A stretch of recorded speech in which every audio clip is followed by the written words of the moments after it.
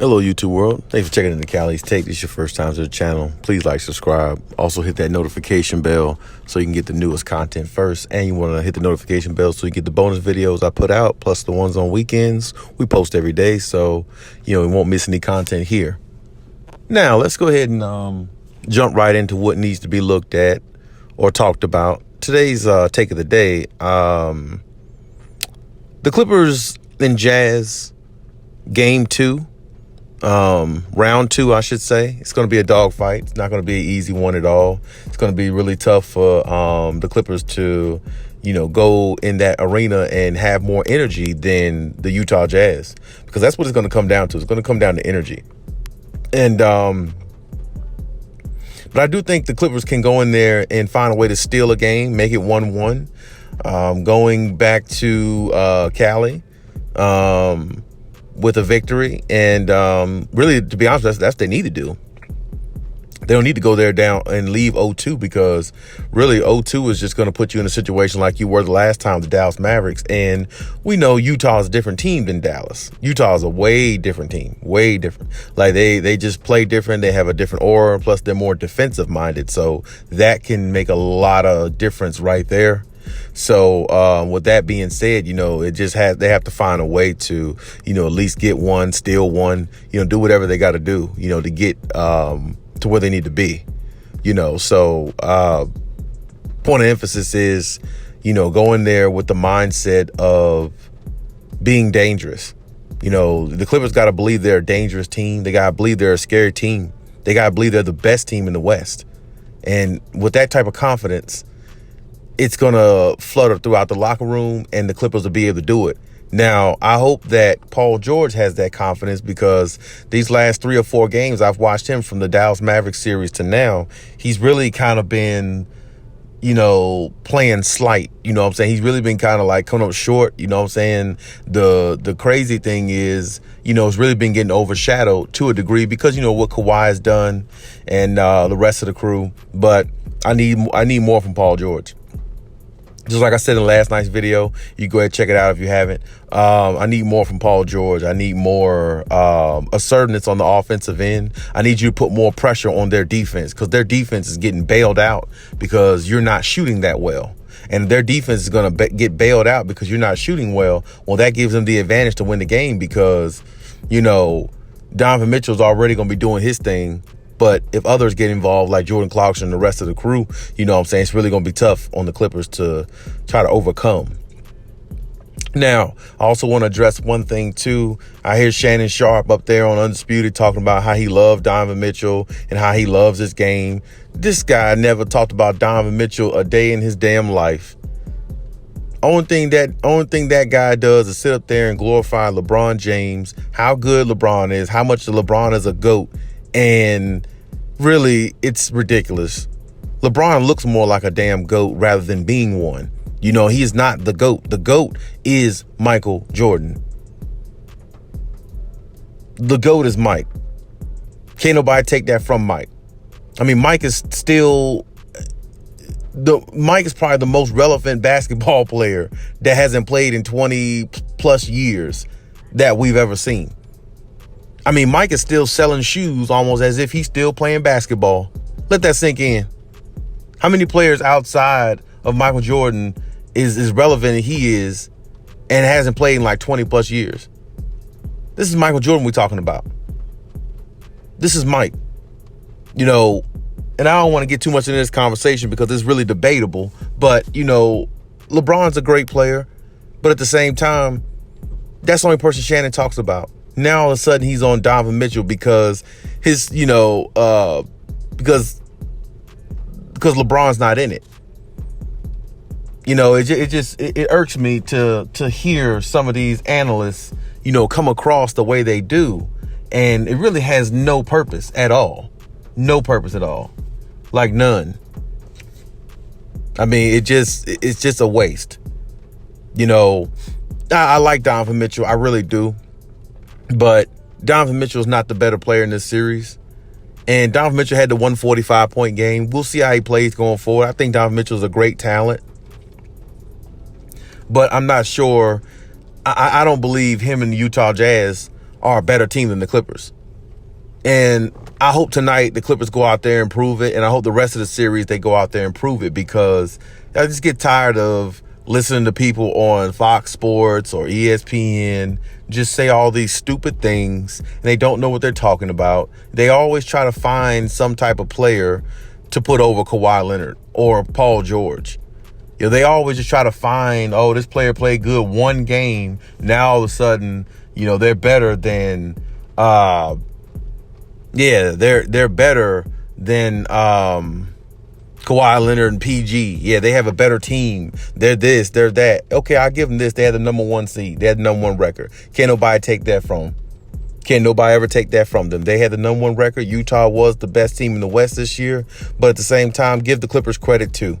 The Clippers have fought all season through injury, through COVID, all this stuff. And, you know, they found a way to make it to the second round of the playoffs when a lot of people count them out in the first round. A lot of people count them out in the first round. A lot of people said they weren't good enough to actually win. A lot of people said they weren't good enough to actually, you know, beat the Mavericks. And they did. So give them their credit there and leave it be. This series is still early. And I just feel like, you know, every analyst tries to find a way to knock down the Clippers. Let them live, man. Let them be the team they are. They could lose one game. You know, they could lose one game. It's not the end of the world. And I feel like every time the Clippers lose a game, it's the end of the world those analysts make it seem like it's the end of the world. And it's not. You know, it's not. And nobody gives them credit when they win. This is why I say I hope the Clippers win every game in this series going forward. I hope the Clippers win this series in 5. Even though I know that's really, you know, might be unlikely. It is possible. It can happen. Because I actually picked this series in 6. So I'm gonna stick with my pick, but I hope the Clippers prove me wrong and beat them in 5. I hope the Clippers win every game going forward and don't let the Utah Jazz win another game. And I know that's really, really highly unlikely, like I just said. But I mean, you know, listening to people like Shannon Sharp and some other analysts, it just fuels me more to push for this team to do so much better. It should fuel the Clippers more to push themselves to do so much better. Because like I said, I don't care what nobody says. I'm not taking Donovan Mitchell over Kawhi or PG. And it's not even the fact that Donovan Mitchell's not a great player or he's not a good player or whatever you want to call it. It's just the fact that, you know, he hasn't been in but so many playoff series. He's been in 1 or 2 maybe. And, you know, the experience level is not there. And like I'm saying, I'd be surprised if they beat the Clippers. I mean, I should say this. I wouldn't be overly surprised if Utah Jazz won the series, but I picked the Clippers because I know the Clippers are the better team and they got the better 2 players. And I expect the Clippers to win this series in 6 games.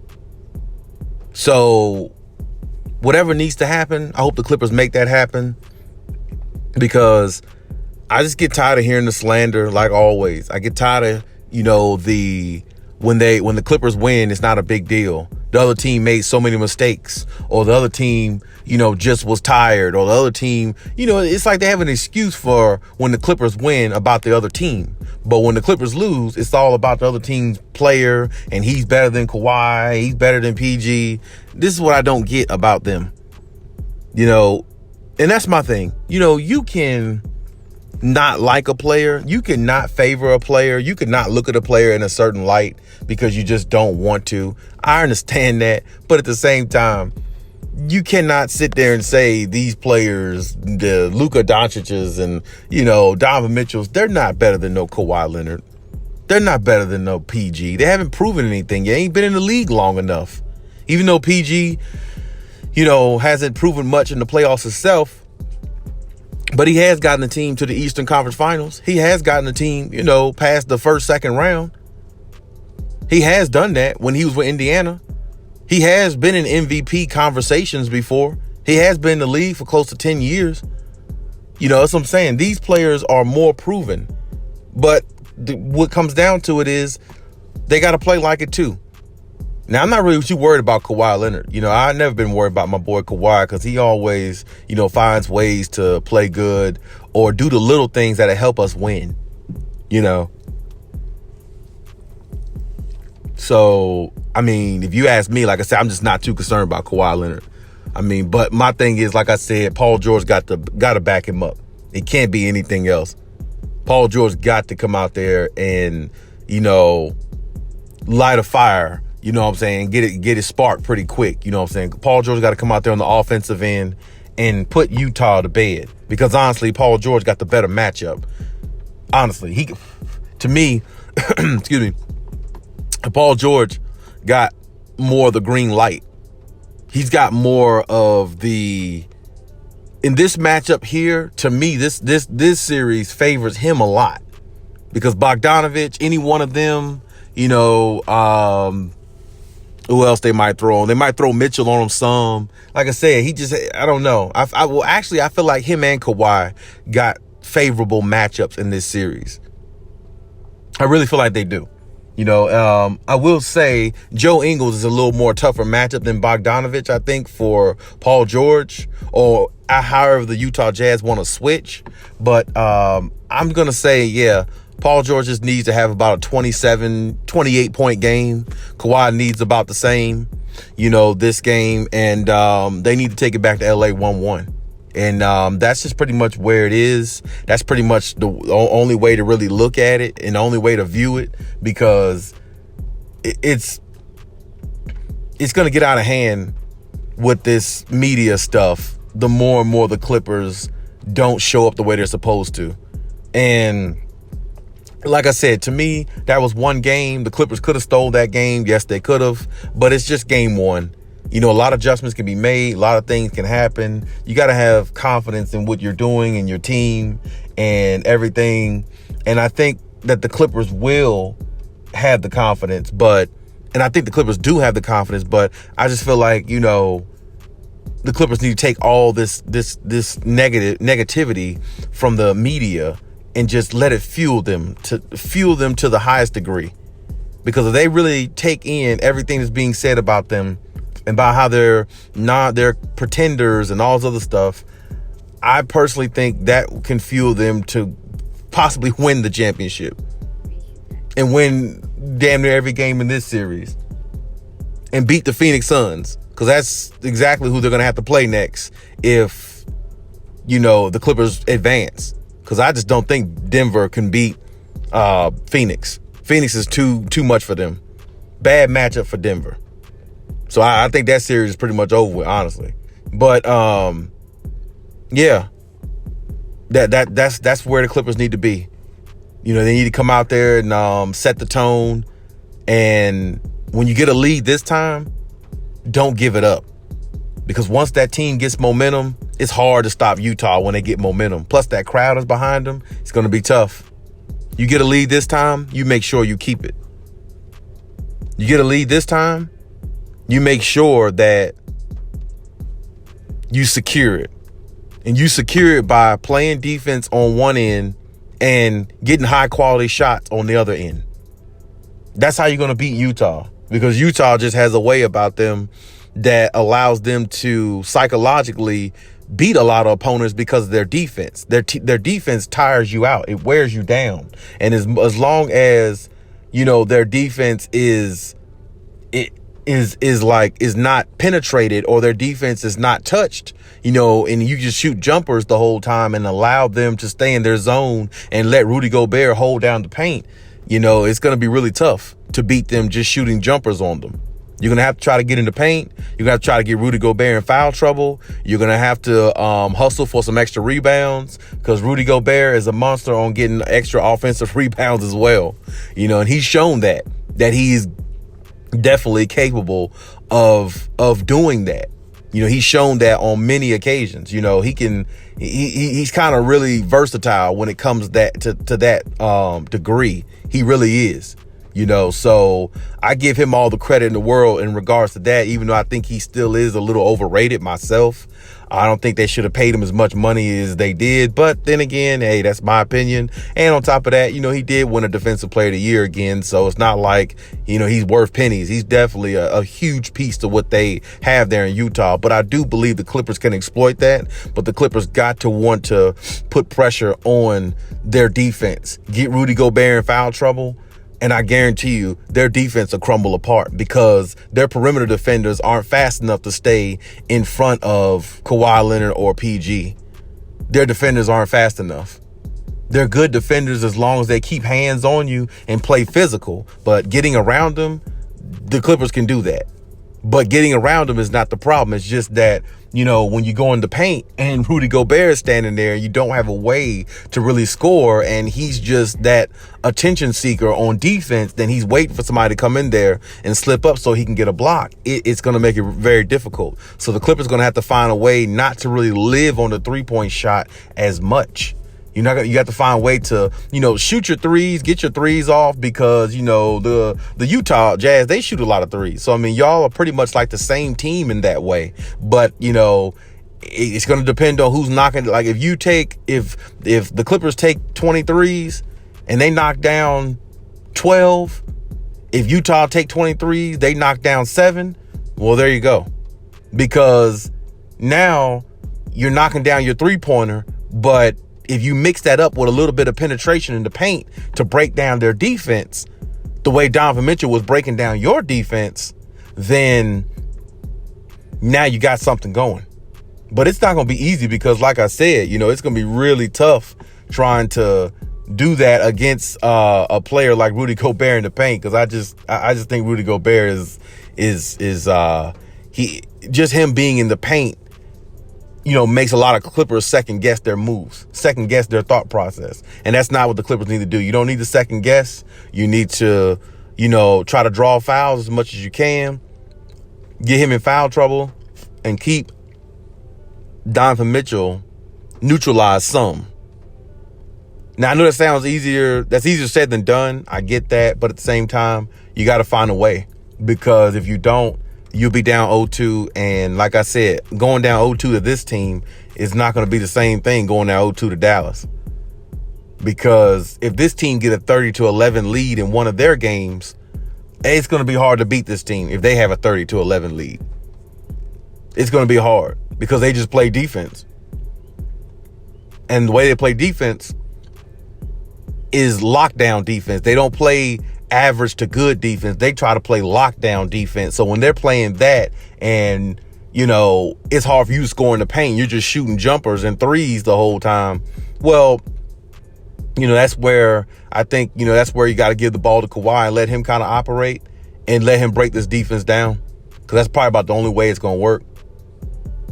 So, then at the same time, PG got to find a way to break the defense down and get in his spots where he can operate and make this defense work. Because if you break Utah's defense and make Rudy Gobert have to come out to the 3-point line, step out of his comfort zone, and now you're getting more penetration to the basket, it's going to make everything much easier for you. But you're going to have to break that zone defense, knock down some 17-footers, knock them down consistently, and try to drive to the paint some and draw some fouls. Because Rudy Gobert cannot have 1 or 2 fouls the whole game. He has got to have at least 4 to 5 fouls in the third quarter. Going into the fourth quarter, he's got to at least, they got to at least sit him down some for your offense to get going. And you're going to have to find a way to get him in foul trouble, at least a couple of these games. At least a couple. Because I just don't see you shooting threes and beating this team from the 3-point arc this series because they shoot threes as much as you do. So it's almost like it's a factor out right there. So if that factors out, what else do you have to offer in this series to beat them? You got to try to penetrate. You got to try to break their defense down. And you got to try to utilize and lean on your best players to take you home. And one of your best players, I know he can do it. But the only problem is his sidekick, Paul George, going to help do it. Because Paul George plays good in spurts. But the problem is the Clippers need him to play good most of the time. pretty much all the time, pretty much all throughout the game.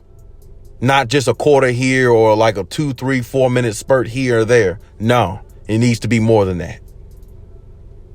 But we'll see how game 2 goes tonight. I definitely want to see what adjustments have been made. I want to see how both teams come out. I want to see if the Clippers can neutralize Donovan Mitchell in that crowd. And, hey, hopefully the Clippers, by the end of the night, hopefully it's 1-1. But, hey, that's my take on the situation. Leave any comments in the comment section for me. Always glorify the comments and appreciate yours more than mine. Cali out.